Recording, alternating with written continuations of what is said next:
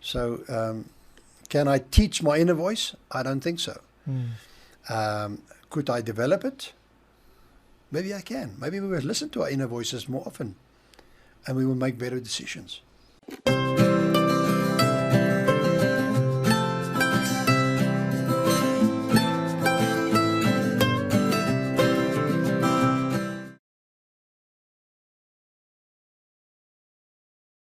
Thanks, Ivan. It's an exciting subject because I do believe that we have got little people sitting on our shoulders. One's good and one's bad. I don't necessarily always know whether they're left or right and whether they're ever right at all. But your little voice has been with you the longest than anybody else in your life because you're born with an inner voice. And you are responsible for developing your inner voice. We've spoken about the whole brain thinking and the brain profiling and your preference thinking. But you've developed and schooled your inner voice. And they understand, and often there's opportunities that passes you by, whether it's good or bad.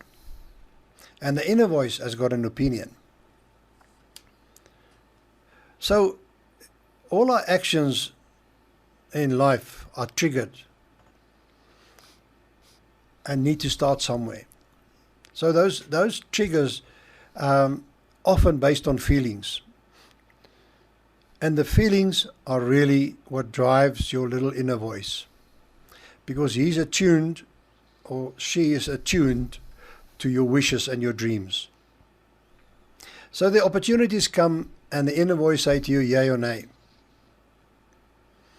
But then we all know that our brain is so complex that very little of us know the whole thing, and very few of us use more than 3-4% of the capacity of our brain. Maybe Einstein used plus minus 10%, but he was the exception. So how powerful is our brain? And how powerful is the impact and the effect and the influence of our inner voice? If you listen and you follow those triggers, it often will be the start of maybe new beginnings.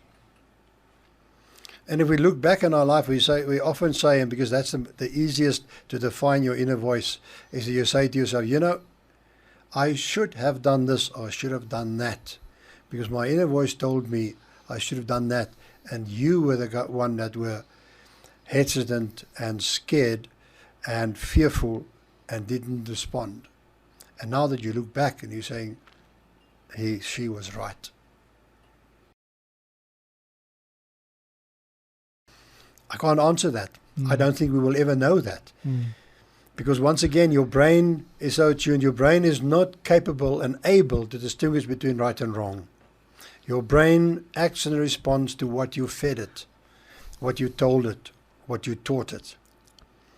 So even if negative concepts and ideas go into your brain won't come back to you and say, that was wrong, you shouldn't do that. That's what you've put in your brain that ends up coming out of your brain. So we will never know. We will never know, even if we think we know intuitively what is right or wrong. But the harder we work, the easier it becomes to understand it, because our inner voice also are able to sort of focus on what we are really passionate about. But then we must listen to the opportunities that is offered to us, and that we often just discard as not important.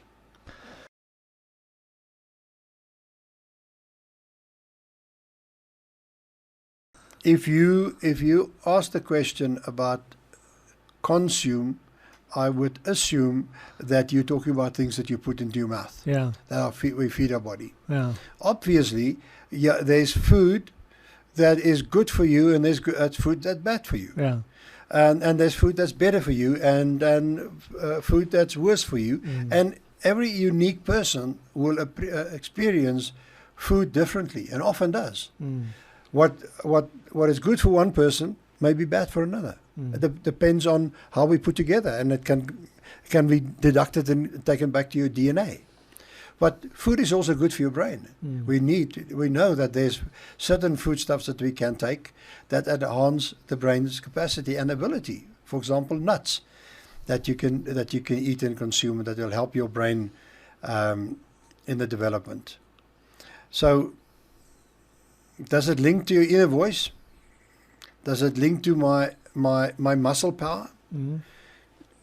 I don't necessarily know, but I just know if I eat better, I feel better, I'm more aware, and I'm probably more able to listen and understand and appreciate and make the right decisions.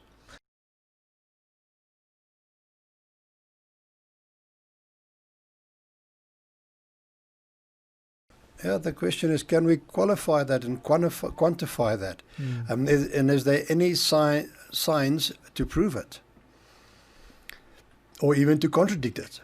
I think at the end of the day, I must believe what I want. Probably often what I have to and I want to.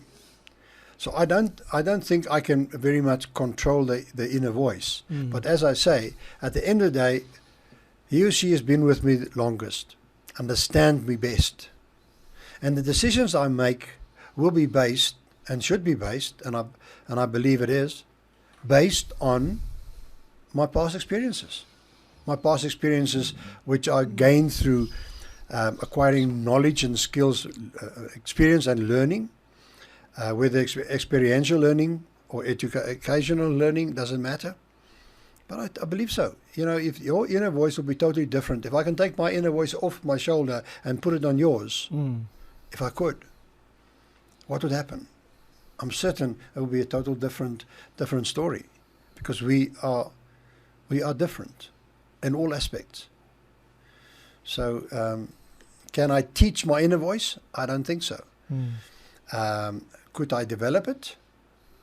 Maybe I can. Maybe we will listen to our inner voices more often, and we will make better decisions.